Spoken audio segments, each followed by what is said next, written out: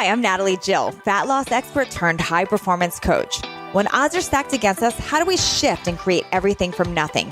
How do we level up when we aren't feeling it yet or we've had a big setback? On this podcast, I'll be talking to some of the most inspiring and courageous men and women on this planet who, at their worst, learned how to achieve success greater than they ever dreamed possible, leveling up and creating everything from nothing. Born in Iran under a strict regime and no freedom of speech, Sam Bakhtiar was a very poor child, and not just financially. From ages 3 to 11, he went to sleep to the sounds of sirens and bombs. In fact, there was a constant firework of missiles and air attacks throughout his whole childhood. His parents divorced when he was just 3, and he never saw or heard from his dad again. Raised by his grandparents and a single mom, Sam thought this war-stricken poverty way of life was normal. And then in 1985, Sam's world began to change. He and his mom left as refugees with just $500 to their name and one piece of luggage. They made their way out of Iran. Coming to the U.S. was not what Sam expected. His expectations of the U.S. were based on shows like Dallas and Dynasty and even the A-Team. But the drug dealers, prostitute-filled streets, and abandoned buildings that he came to know as home was not what he expected of America. Barely speaking English, being a minority, being poor, and living in a foreign country, he longed to fit in. His love of sports gave him his first excitement to try out for a basketball team. But when that 5'5" Sam was rejected on a 2-hour hike home in the snow, he vowed that day he would one day become a known success. A success is what Sam is now. He leveled up, transforming his own physique from scrawny, awkward kid to a champion bodybuilder who holds the record of having a first place title in every single weight class. Today, he's not only a proud husband and father of 2 beautiful girls, but he is a devoted family businessman, and he became a doctor. He's helped transform thousands of people, not only physically, but from what he says is even more important, mentally. Please welcome Sam to the show and hear exactly how he leveled up and created everything from nothing. Today, I've got Sam Bakhtiar here, and I hope I pronounced that right. Thank you so much for being here, Sam. Thank you so much for having me, Natalie. I really appreciate it. It's an honor and privilege to be here. So you look at you on Instagram, and you've got all these followers, and such a success, and I see all these things that you've done, and it looks almost unobtainable. And I know you've mentioned to me that it was not always this success for you. I would love to know who you were before you became this incredible success. Well, thank you so much for your kind words. But Natalie, I don't see myself successful at all. For me, success is just a stepping stone, right? You always want to achieve more and become more. And it's not just about having stuff and having followers and having nice things. It's all about achievement, right? You get somewhere and then you're like, well, this is cool. I wonder what I can do, what I have to do next. And that's just being human, right? Mm-hmm. God created us to always evolve and become better. So, the answer to your question is that I grew up very poor. I'm a Persian American. Mm-hmm. I was born in Tehran, Iran. And from age 3 till age 11, we were getting bombed on every night by a very familiar guy you should be familiar with. His name is Saddam Hussein. Oh. So he was attacking our country, and every single night we used to hear sirens, and we were under air attack, and we would go rush into our basement, and we would just hope that the bomb doesn't land on our house. So from age 3 to 11, listening to you say this, I have an 11-year-old daughter, and I'm just trying to wrap my brain around that. Like, what are you even told about this, and how are you even sleeping with that? It was just crazy. I mean, you would go outside and it looked like it was fireworks, but it wasn't fireworks. It was anti-air missiles, and it was shooting down and shooting up at the air. And so it was very tough times. When I say it was me and my mom. Mm-hmm. My dad and my mom got divorced when I was 3, and I never saw my dad again. Mm-hmm. And so we were very poor. We lived with my grandma and grandpa, and my uncles and everything like that in one house. And, just grow up with a single parent in a third world country, wasn't really, really easy. Yeah. I'm trying to imagine this. So you're 3 years old even, and your dad's gone, and you're poor, and you're living at grandma's house, and now you've got bombs going off. How was your mom or your grandmother even talking to you about this? What were you thinking going to sleep at night? It's funny because when you are kind of like are born into something like that, you kind of think that's the normal thing, right? You don't know any difference or, or anything like that. We just know that we were at war. We knew that the resources were scarce. We had to wait 2 hours to get gas in the car. I mean, when I say car, it's not our car. My grandpa had one car for the whole entire family, you know? So at that moment in time, you don't really know any better as you're such a young kid. You just hear gossips of people talking, your aunts and uncles and your mom talking. But it was just another day for me. Ugh. Now, did you have a mom that was stressed all the time? Were you in that energy? Yeah, my mom was always stressed because she always had to go to work all day. She had to take care of things. She had to provide for me, and she was an amazing woman, not only, being a mom, but she was a dad and a provider and everything at one time. But, it was a very stressful situation because we were in a regime where there's no freedom of speech. They Mm-hmm. want you to dress in a certain way all the time. All the women had to be covered up. Men had to have long sleeve. And it was just a big dictatorship, that was going on at the time. And I was getting recruited when I was getting towards 11 years old. They were recruiting guys to go to war at age 12. Wow. A year older Yeah. than my daughter. Yeah. Yeah. I can't even imagine this. It's and we're on the other side over here. It's like we don't really know what it's like to be living in that, It's incredible. So my gosh, so tell me, how does the journey over to here begin? Like, what were you even visualizing for your life at that time? Like, did you think as a kid, like I think of my daughter saying what she wants to be when she grows up. What did you want to be when you grow up? And how did you end up over here? I didn't really have a choice of what I wanted to be. In a Middle Eastern or Persian culture, you're grown up and you're told that you can only be three things in life. And if you're not these three things, you're a failure. They're very old school. They're very education oriented and very close minded. So they're not, entrepreneur there means you're a merchant.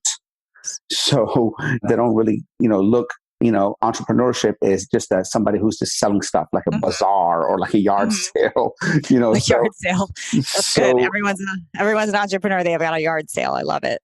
so my mom always growing up, ever since I can remember said, you can only be three things in life. You can either be a doctor, lawyer, or engineer. And I prefer you become a doctor. Now, are they all sort of paid the same over there too? Like, is there no hierarchy of that, or is it? They're getting paid more.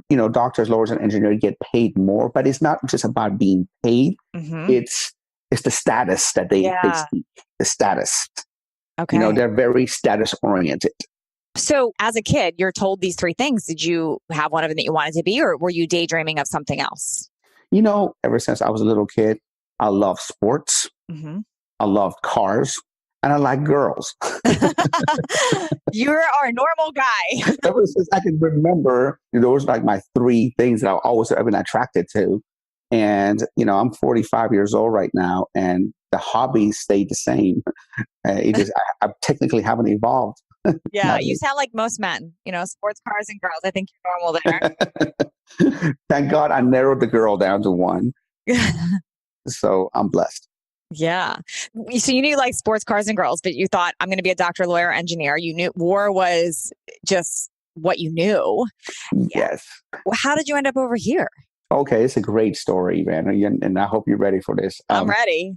Okay, so my mom says, you know what? I don't want my only son to die at the war because of men's egos. So she arranged for us to go to France as refugees. So we went to France as refugees of war. So we left the country and with $500 and one luggage. That's all we had. Me and all your belongings in one. All the belongings, one luggage.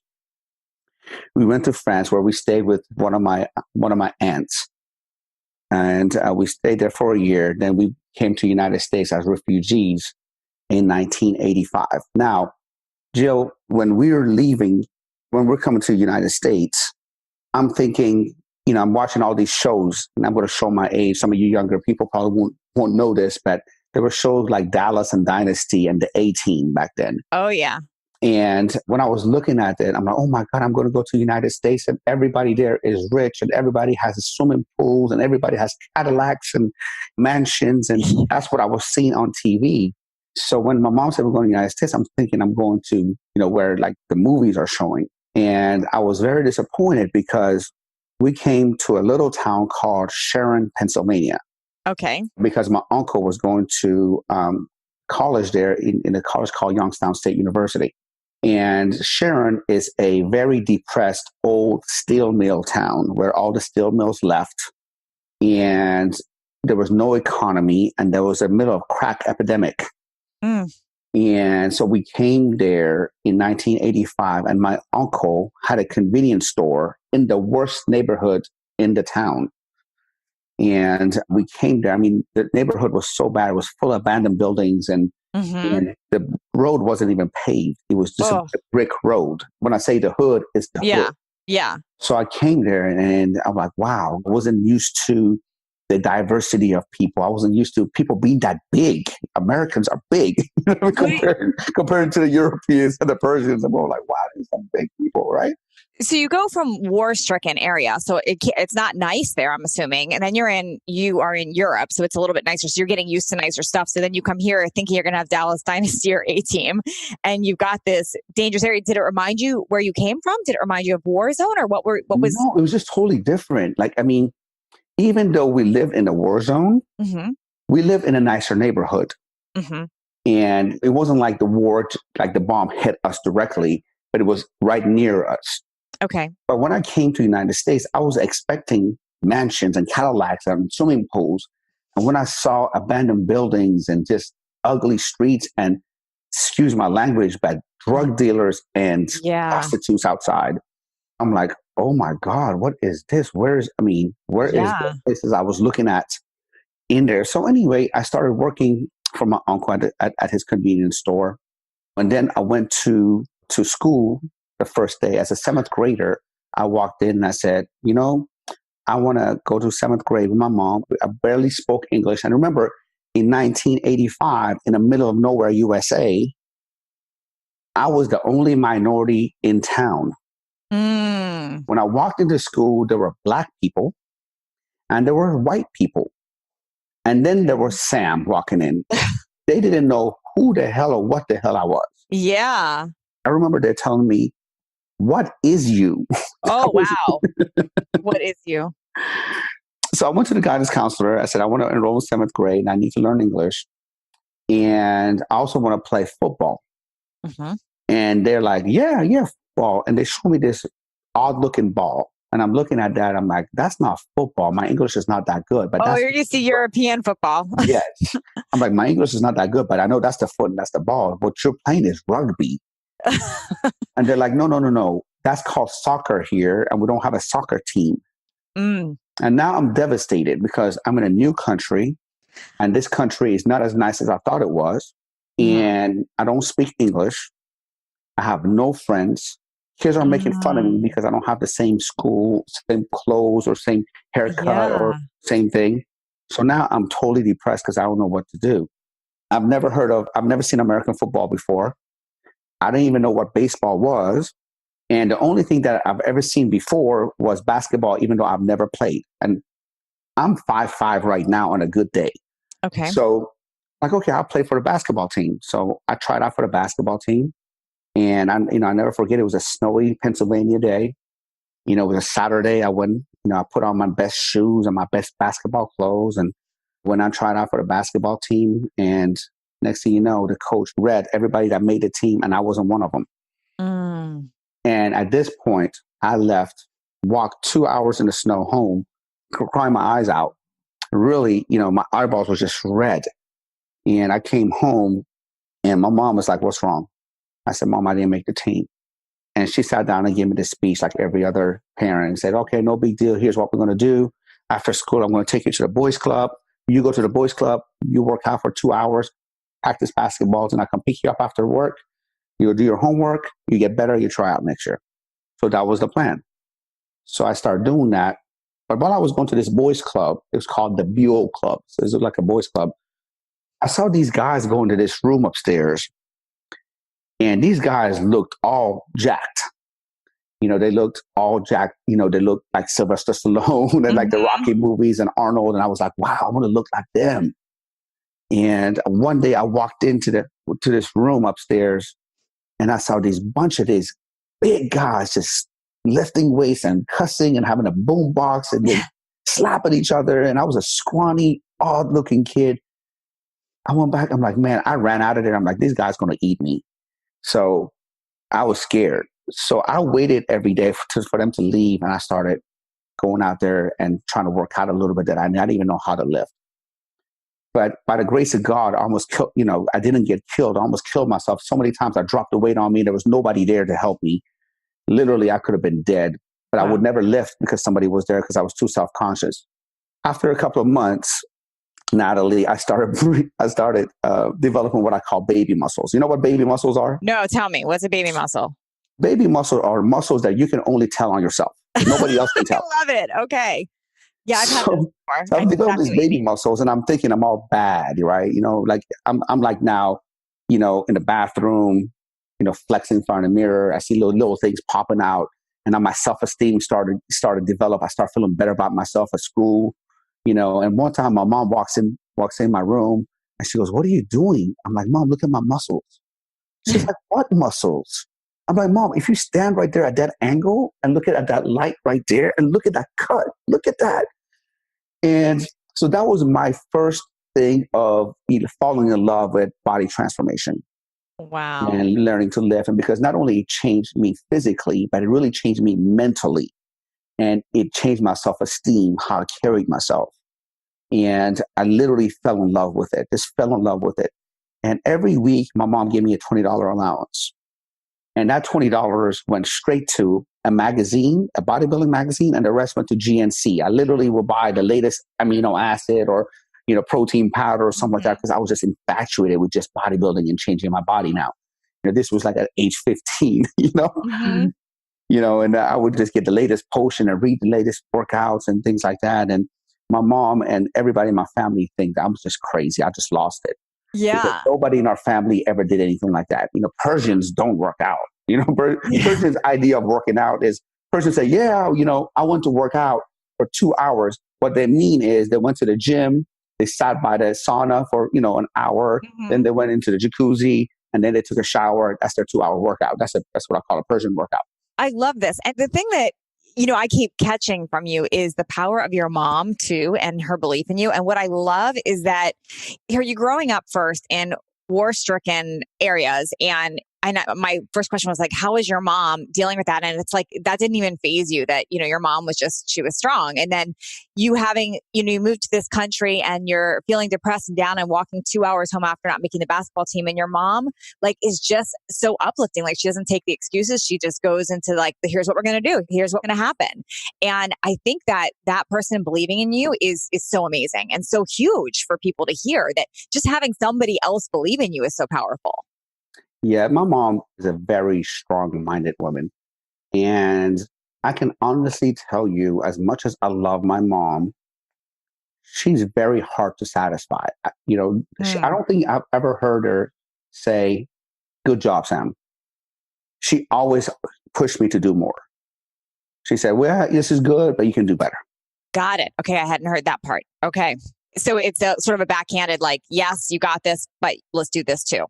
Yes. And that's been embedded in me.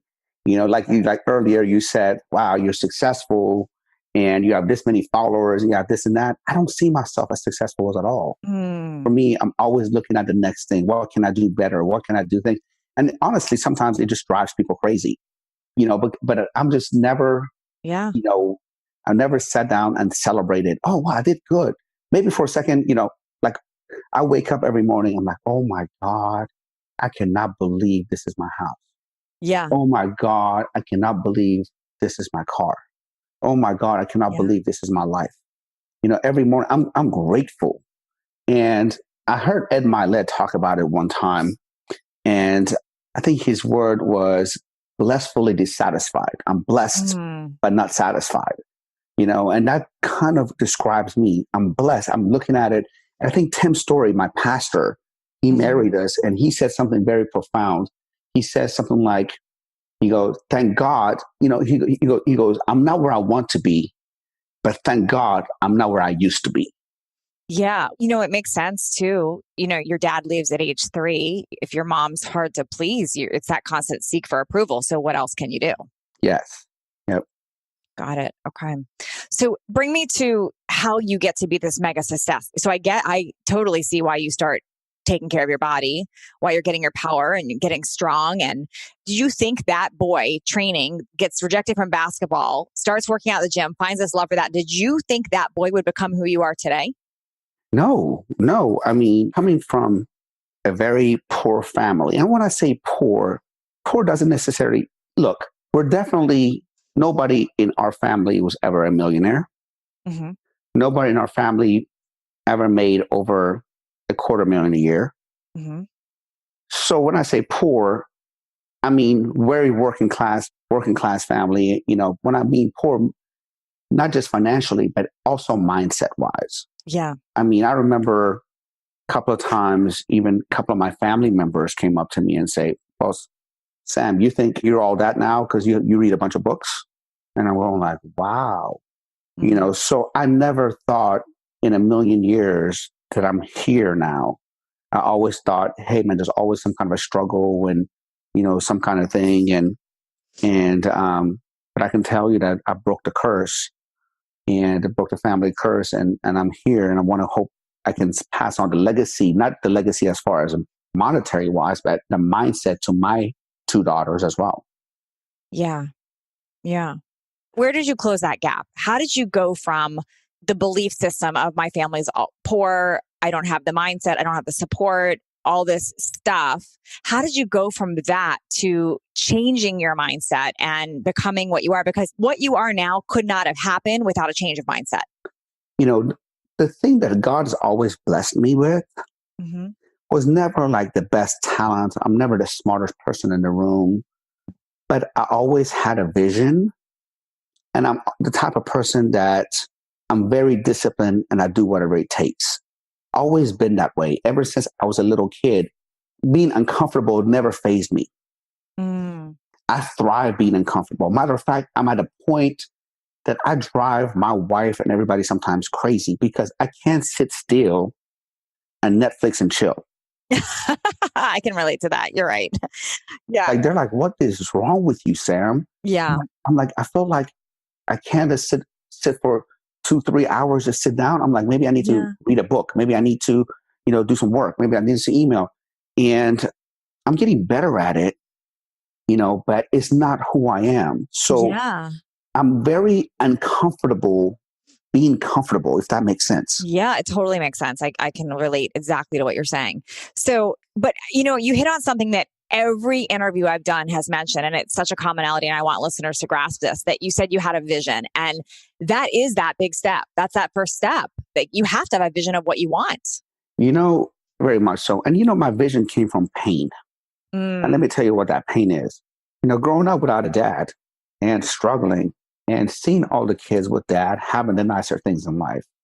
I remember going to people's Christmas parties and they had their own home and they had the nice gift that the kids got and things like that. And me growing up, I'm like, wow, I don't have a dad. I don't have anyone to take care of me or be able to provide me with a nicer life. So I vowed to myself not to be that dad. Yeah. So I vowed to myself that when I have kids, that I'm going to be able to provide for them and give them the best that life has to offer. If you look at anybody with success, there's got to be some kind of a chip on their shoulder somewhere, Yeah. something that really, really pains them to be able to go out there and make it happen. Without that, it's kind of hard to get up in the morning and to be able to go out there and make it happen. So to this day, if you ever seen some of my things that I do, I get up at 3 a.m. Mm. and I really work until, my body was like, okay, I'm slurring my words, Sam. You're sounding stupid. Go to sleep. The only time I shut it off is when it's family time.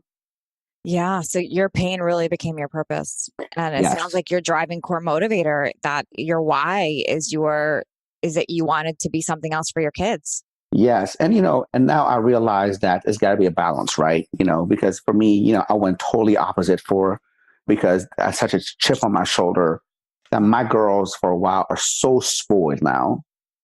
They're so spoiled. They're Yeah. 5 and 9. And these girls are just like beyond out of control. And now I'm like, okay, maybe I need to pull back a little bit because I don't want to Yeah. I don't want to grow up like the Kardashians or anything like that. So, for example, like I've been taking them like to Disneyland or Legoland, and we just go all VIP, and we don't wait in lines, and we just go Sure. right in. And now, they come up to me and they're like, hey, they go places. They're like, hey, Daddy, are we VIPs? Are we always VIPs? We're in Legoland one time, and we walked in, and they walked right in front. They're like, excuse me, we're VIPs. Oh, We don't wait in no. line. I'm like, you don't say that. Yeah. So part of you must feel some kind of good satisfaction. Like, wow, like, look what I provided for my kids. But I get what you're saying too. There's that balance. You don't want Yeah, them to be spoiled, but you've got to feel proud too. I do. I really do. I really do. And it's to the point now, like, I feel like my girls are now, are bragging. The other Mhm. day we went somewhere, and they're like, yeah, we live in a mansion. And I'm going like, stop. I'm like, don't go out there and like advertise this, you know. Yeah. But it does feel good inside. But I'm hoping to make sure they understand the value and the value of hard work. And I'm trying to instill that in them at the same Yeah. time. So you had a vision, you wanted more, you're clear on that. How did you end up with what you're doing now? And you do several things. So I'm not even sure what your main thing is. It sounds like you're pretty diversified, but where did you end up making your money? And also I want to know, has it been easy making money once you sort of dove into that, or did you have setbacks and failures? Oh, no, I had a bunch of failures, man. I mean, a bunch of failures.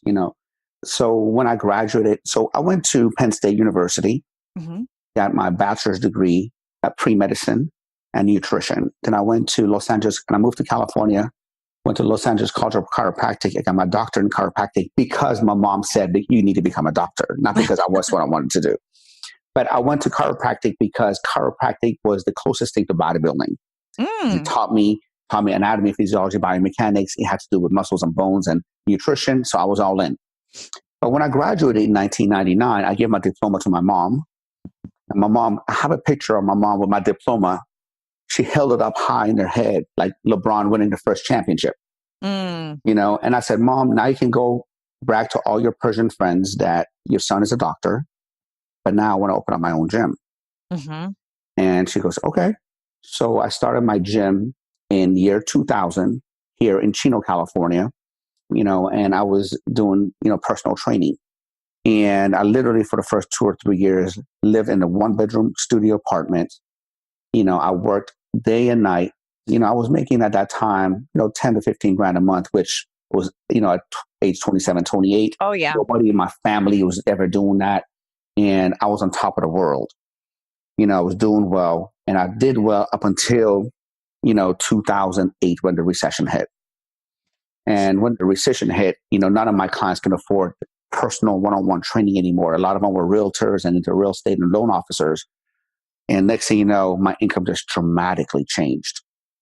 And nobody ever told me, nobody ever told me about economy. There's ups and downs in the economy. So obviously I wasn't very good with my money when I started making money. I had all the toys and everything. And I literally now, I can't afford to pay for my house. And I remember my house was in foreclosure and my wife was pregnant. And now I'm looking at myself. I'm like, you're just going to be just like your dad. Ooh. I told myself, I sat down with myself. I'm like, you're such a loser, Sam. You lost it. Now you're going to have a kid. The kid's going to come in this world. You don't have any money. Your house is going to be foreclosed on and you're going to be a loser. And I literally was like, okay, I'm going to have to do whatever it takes. I got to get myself out of this. Worked literally 18-hour days for a couple of years just to make ends meet. I was able to save the house. And then I came up with the camp boot camp concept, which is called the Camp Transformation Center now. I invented something called the 6-week challenge. And from then on, our business started taking off and taking off and taking off and taking off. Mm. And now we have 107 locations that are open. We're an international franchise. I own 3 different supplement companies. And so far, the rest is history, and, I'm kind of stable now. That's incredible. I mean, I think of all the people my gosh, that's what I built my business and brand on in fitness. But to think of somebody going from the recession to that is incredible, and all in a 6-week challenge, and to have 107 locations, incredible. Thank you. Thank you. It was a lot of trial and error as an entrepreneur. Nobody is undefeated. So, Sam, how did you get to that though? Because, like you said, you're going through this self-talk of I'm a failure, I'm a loser, this sucks, I'm going to repeat a pattern that my dad did. I get it in that 2008 recession, 2009, because I know that wasn't overnight. Like, how did you lift yourself up? What did you have to tell yourself? What did you have to do to get yourself to move out of that and to work to that? How did you even pick yourself up to do the 18 hours to get to that? It was like, look, if I'm going to go out, I'm not going to go out without a fight. I'm going to do whatever it takes. I've never been the type of person to let stress put me to sleep. Some people get stressed out and they just freeze. Mm-hmm. I'm the opposite. I just can't go to sleep. If I can't sleep, if I'm stressed out, I can't sleep, I might as well work. So, you got to figure out what's the highest and best use of your time. What am I going to do? I'm going to sit down home and watch TV and stress out. At the end of the day, that TV show is not going to do anything. At the end of the day, sleeping is not doing anything. The only thing I can do is trying to figure this out. So I told myself, I'm just going to do whatever it takes. And we came with that concept. I've done 6-week challenges since 2010. And so many different variations, so many different things that we lost money on, didn't work. Finally, you do it enough, you fell forward, and then boom, headed out the park. What makes your 6-week challenge different? Because there's so many fitness programs that have 7-day challenge. Originally, when I wanted to do the 6-week challenge was when I wanted to update our website. So we wanted to update our website, and I told myself, look, I'm going to train 20 people for free for exchange for their before and after pictures. All they have to do is show up every day, work out. I'm going to monitor them for 6 weeks. They need to lose 20 pounds, and I train them for free. And so I took 20 people, and I started working with them. And after a week, 2 weeks, 3 weeks, most of them quit. And I was just devastated because I come from a background that you do whatever it takes. I couldn't understand when somebody comes into my office on Monday, sick and tired of being sick and tired. They want to get in shape. They're tired of their current situation, current health and fitness. They're crying. Then on Wednesday, they don't show up. I just couldn't fathom that. That kind of stuff really depresses me. Coming from where I come from, you do whatever it takes, right? Right. So I was devastated, not only because nobody finished the 6-week challenge originally, because the fact that some of these people were my friends and now they're avoiding me because they were embarrassed of not following through. And I remember one time I walked into the restaurant and there was this client and they saw me and they ran to the bathroom and hid from me because they were so embarrassed seeing me see them in a restaurant. So I called one of my mentors. His name is Bill Phillips. You know Bill Phillips? Of course. So the great Bill Phillips is one of my mentors. I've been to his house and I've talked to him to Colorado. I said, Bill, what is going on? I'm trying to get these people to get in shape. I tell them to train for free and they're not getting in shape. And they're quitting. And he goes, Sam, simple. He goes, people are motivated by external prize. He goes, let me tell you something. He goes, I've had people who have a doctor's note that have high blood pressure, diabetic, borderline cholesterol. They need to lose weight from a doctor and they don't do anything about it. But all of a sudden I tell them, hey, I'll give you this limited t-shirt. And all of a sudden they're all about it for $20 t-shirts. And these people are millionaires. And I'm going like, are you kidding me? And they're like, no, I'm not kidding you. He goes, that's what I found. So I'm like, okay. So I took from that statement from Bill, I'm like, what can I offer these people so that they will finish the challenge? And I said, you know what? I wanted this challenge to be free, but obviously they have nothing to lose. So what I'm going to do is I'm going to collect the money up front. And what I'm going to do is then at the end, when they finish the challenge, I'm going to give them their money back. Oh, brilliant. So I switched it. So I told them, hey, the challenge is free. You pay for it, but you got to come in 5 days a week. You got to do what I tell you to do. You got to show up to your weigh-ins. And once you finish it, I'll give you your money back. So I took another 20 people. So 20 people went through the challenge and their motivation was they didn't want to lose their money, right? So they pushed through. Most people, when it comes to that week 2, week 3, when all of a sudden they have a weak moment and they want to have a drink or they want to have some fries or whatever they want to do, they give in. And next thing you know, when they give in, they quit. Yeah. So now they didn't want to give in because they didn't want to lose their $500 and they kept pushing through. And next thing you know, they found that they have the inner strength to push through. and they found that new zone they'd never been into. So at the end of the 6-week challenge, when I was weighing these people in, out of the 20 people, 19 actually finished. One person quit. 19 finished. The night before, I had 19 checks pre-written. That was our deal. They finished the challenge, I can give them their money back. And so when they came in, they started weighing in, and I was, taking their after picture. A lot of them were like, you know what? Why are you giving my money back? I'm like, that's our deal. They're like, you don't want me in your gym anymore? I'm like, I do want you in my gym, but that was our deal, that you do the thing and I'm going to give you your money back. They're like, well, I don't want to go back to my old self. I love this is what I'm doing. Can I just stay and do another challenge, or can I get a membership? I'm like, of course you can. She goes, just apply to my membership, apply to my 1 year. I'm like, okay. So out of the 19 people who went through the challenge, only 2 people asked for a refund, 17 converted into. Incredible. What a lesson in, people and motivation and what people having skin in the game. And Absolutely. And they get results. They didn't even want it back. Absolutely. Wow. I love this. Do you ever worry about what other people think? I mean, you're so on a mission and so great at shifting and making things happen. Like, do other people's opinions get in your way ever? As you get more successful and more successful, like I said, I don't consider myself successful at all. But when you climb higher and higher success ladder, it becomes part of territory. Nobody's going to talk about somebody who didn't do anything. So I got used to it. I'm not going to lie, man. I mean, back in the day, it bothered me a lot more. So over time, you have a thicker skin and you just expect it. And it doesn't bother me at all these days. When I hear people's opinions or people talk about me, I'm like, all right, well, that means I'm doing something. Yeah.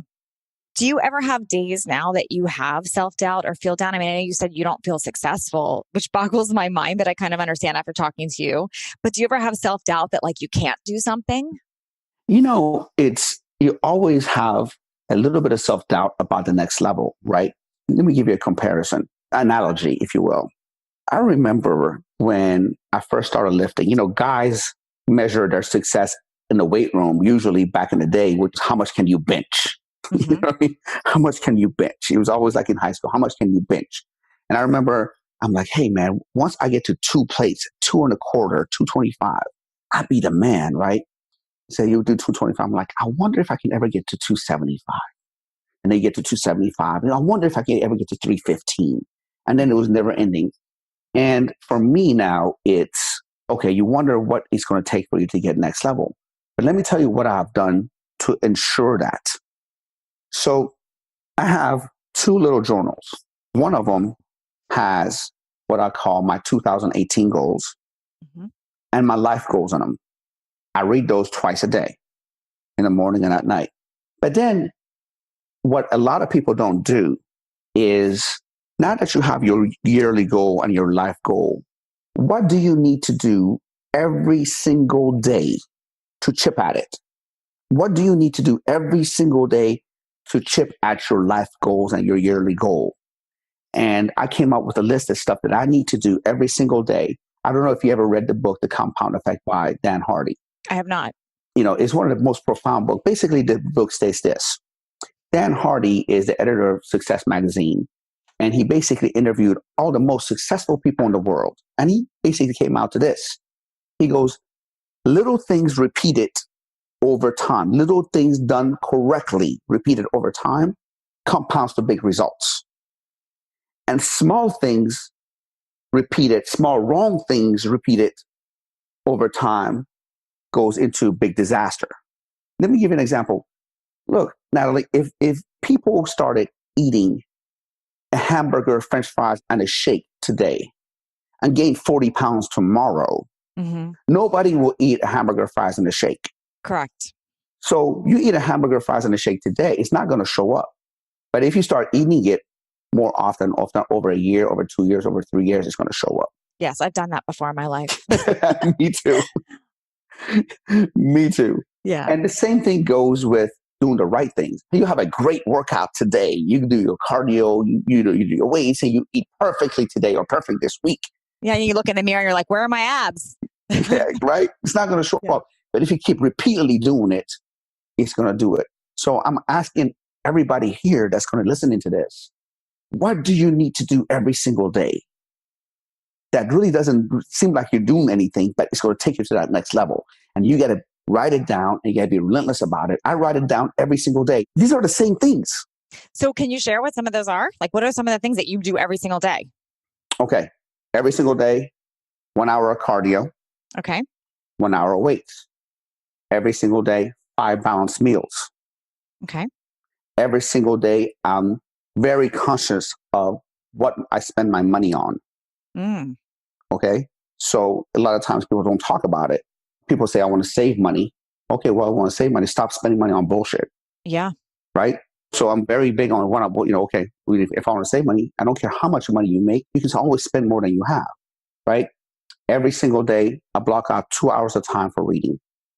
So whether it's an audiobook, whether it's something I want to read, I want to do that. Every single day, I text 5 of our franchisees. You text 5 of your franchisees? Okay. Text 5 of our franchisees, because for me to be able to get our business to the next level, I got to make sure our franchisees are successful. And I need to communicate with them. Every single day, I need to reach out to a couple of my partners and see how they're doing, my business partners, see how they're doing, and if there's anything I can do to help them. Every single day, I need to speak to my daughters and talk to them about their day and how they're doing. These are little things that you feel like, well, of course you have to do that. But sometimes we take it for granted and we don't do it. No, I'm pretty sure that a lot of things on this list most people don't do, by the way. I'm pretty sure most people don't do an hour of cardio a day, an hour of weights, eat 5 balanced meals. It's conscious of what they spend. So it's a great list. I love it. I wrote it all down. Yeah, it's like a list of 15 things. Mm-hmm. Part of that list is read my goals twice a day. Okay. Part of that goal is to tell my wife I love her. Mm-hmm. And I check those. Believe it or not, I check those. My wife thinks I'm like a checklist Nazi. But that's the only way that I can get it done. One of my mentors told me that the shortest pencil is better than the longest memory. I like that. So Sam, how do you shift your mood when you don't feel like it? Because I know that you have to have days where like, I just don't feel like it. I don't feel like doing this today. What do you do? I don't, gosh, man, can I tell you something? Absolutely. I don't have those days. Ever. Never. I don't, unless I'm sick in the hospital or a tragedy happens. I stick to my game plan, no matter how I feel. Listen, if you live your life by how you feel, you're going to have a hard fucking life. Yeah. You can't live your life by feelings. You got to live your life by design.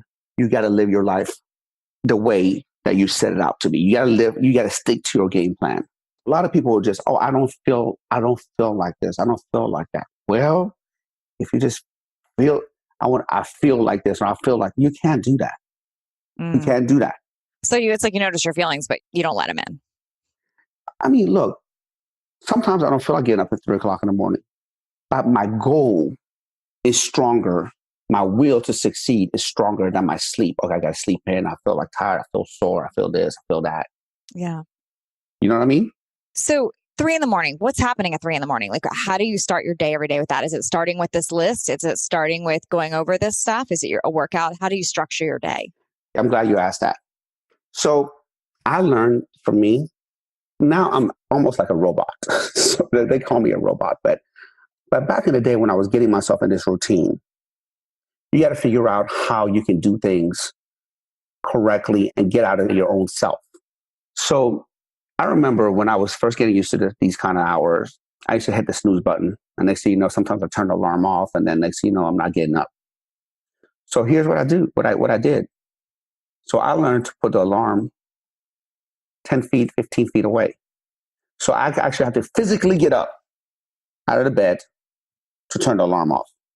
And right there, right next to it was my pre-workout. I was sitting right next to it. So I get up, turn the alarm off, hit my pre-workout. Now you can't go back to bed.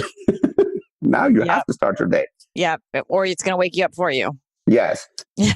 So these days, I just get up at 3 o'clock in the morning, just out of respect to my wife. I have my clothes and everything set out in another room. So I don't, I brush my teeth in another room. I sneak out of there and get ready. I go to the gym and come back home. I read my goals first, go to the gym, come back home, have a healthy breakfast, take a shower, get ready, go to the office. So you do your 2 hours, your hour of cardio and your hour of weights in the first thing in the morning. So you're there for 2 hours. Absolutely. I have to get mine done first thing in the morning because during the day, that's my time to work, do focused work. And then after that's family time. I want to work out when my family is sleeping. Got it.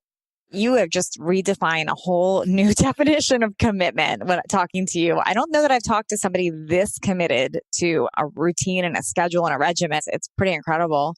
How do you stimulate creativity? Does it just come to you with ideas, or do you have to get yourself in the mood to be creative? What do you do for that? Honestly, creativity for me comes from when I'm just relaxing and reading. Mm, Creativity comes from a parasympathetic state, not a sympathetic state. So sympathetic nervous system is what is called the fight or flight system, as you know. And when you're in a fight or flight, you're in the woods. You are in a defense or an offense position where you're not really seeing the things around you. When you're relaxed and you're just kicking back and just reading a nice book, you have all your phones off, you have everything off, and you just concentrate on this one thing. That's when creativity comes. Creativity comes from you being alone with yourself. No other distractions, just thinking of things, random things that pop up in your head. yeah, I love that. Sam, a few final questions for you. I'm curious, like, who do you hang out with? Like, what types of people do you surround yourself with? Do you look for people to up-level you? Like, who's in your circle? Honestly, my circle, as I got older and wiser, my circle has become very, very small. Natalie, I became crystal clear of my purpose a few years ago. I sat down with myself and I asked myself, okay, what are you going to do? And let me tell you, I didn't share this with you earlier because it's kind of embarrassing, but I'm going to share this with you right now. About 4 years ago, 4.5 years ago, I went through a divorce and I was devastated. I was devastated because that was like towards the end of when I was doing horrible financially. Hmm. And, we're going through a divorce and I moved out of the house and I moved out of a house that was almost foreclosed on, but I saved it. And I lived in a hotel for 4 months. And again, I told myself, Sam, now you don't have any money. You're going to get divorced just like your dad. You're not going to see your kids. What are you going to do? I sat down in that little hotel that I lived in for 4 months. And I said, okay, well, there's two things I can do. Most men going through a divorce that I know, they go out partying, going to the clubs, drinking, feeling sorry for themselves. And that's what they do. And nothing ever good comes out of that. I had a couple of friends that went that route, got DUIs and kind of self-destructed. So, well, that's not what I want to do. So I said, what's my priority in life? What's my top priority in life? Well, my top priority in life was my girls. And I sat down and I said, all right, well, my top priority is be with my girls as much as possible during my life. But what am I going to do when I don't see them? Because now I don't see them every day. I'm going to get to see them on Wednesdays and on the weekends. So I told myself, well, if I'm not going to be with my girls, then I'm just going to work. I'm going to provide for my girls. That's the only two things I'm going to do. So my top priorities was my girls, and now I recently got remarried, my family, and providing for my family. So when you have your goals and your vision crystal clear, then decision making becomes very easy. So if somebody calls me up right now and wants to hang out, I don't just hang out. I have my family to hang out with, my girls to hang out with. So it either has to be something regarding giving me more time for my children or providing for my children. So my circle has become a lot smaller, and I'm a lot more crystal clear on what I want to do, if that makes sense. Yeah, absolutely. So I have a final question that I've asked everybody. Mhm. What are 3 pieces of advice that you'd give someone that's like maybe in a rock bottom spot? Like somebody's at that rock bottom, they've had a failure, they've had the awful things happen, they're feeling that thought that you had that I'm a failure, I can't do it. What would 3 pieces of advice be to them so they can start to dig themselves out of that? Well, number one is if you're rock bottom right now, if you at the rock bottom right now, then the only way to go is up. If you study success history, nobody just went straight to the top. People have hit rock bottom many times. Just study anybody successful. They went through it. So you have a choice. You at a rock bottom. Are you going to lay down and keep being at the rock bottom? You're going to feel sorry about yourself and say, oh, I'm just not going to do it, or are you going to get back up and fight? If you look at boxing or MMA, when your back is against the wall and somebody's punching at you, you have two choices: either get knocked out and go down, or be able to figure out a way to fight back. And fight back. That's number one. Number two, where you are right now doesn't mean that you're going to have to stay there and where you want to be. Where you are right now doesn't define your life. Your story doesn't need to end right now. You're one idea away from for next $1 million. You're one person away from your next big deal. You're just 1 degree away from doing something big. God has created you to become great. Utmost God doesn't make almost children. And number 3 is your associations. If you want to become a better basketball player, then play with people who are better than you. If you want to become a better football player, be around people that are bigger. You cannot be the biggest fish in the pond. You have to be the smallest fish in the pond. And then once you become the biggest fish, then find a different pond. Oh, that's good. This is incredible, Sam. I love talking to you and learning from you. And I love your commitment and just how clear you've been and how you really just turned around your whole life from a whole different direction it could have gone in. Where can people learn more from you? Where can they follow you? Where can they find you? My Instagram is Sam Bakhtiar, SAMBAKHTIAR. They can find me there, and also sambakhtiar.com is my website. But yeah, I'm just here to serve. There's so many people that have helped me along the way and have given me nuggets that I was able to take and apply to my life. And if I can serve in any way, that's a big fulfillment for me. Tony Robbins talks about, success without fulfillment is the biggest failure. And that's one of my most favorite quotes, because being successful and being at the top and not taking anybody with you and not helping anybody along the way, it is the biggest failure. And I'm just here to be able to give back. And if you're in a place right now that you need help, anything that I can do, it'll be my pleasure. Thank you, Sam. This was amazing. Thanks for joining me today. Thank you, Natalie. Thank you for having me. Thanks for leveling up with us today. Please share this episode if you found it helpful so others can join in. And don't forget to hit that subscribe so you don't miss out on future shows. And if you would leave me a 5-star review, I appreciate those so much. I read all of them, and it's how I know that I'm giving you information that you find valuable. And come interact with me over on Instagram at Natalie Jill Fit. I read all the direct messages and comments over there. Make it a great day, creating everything from nothing.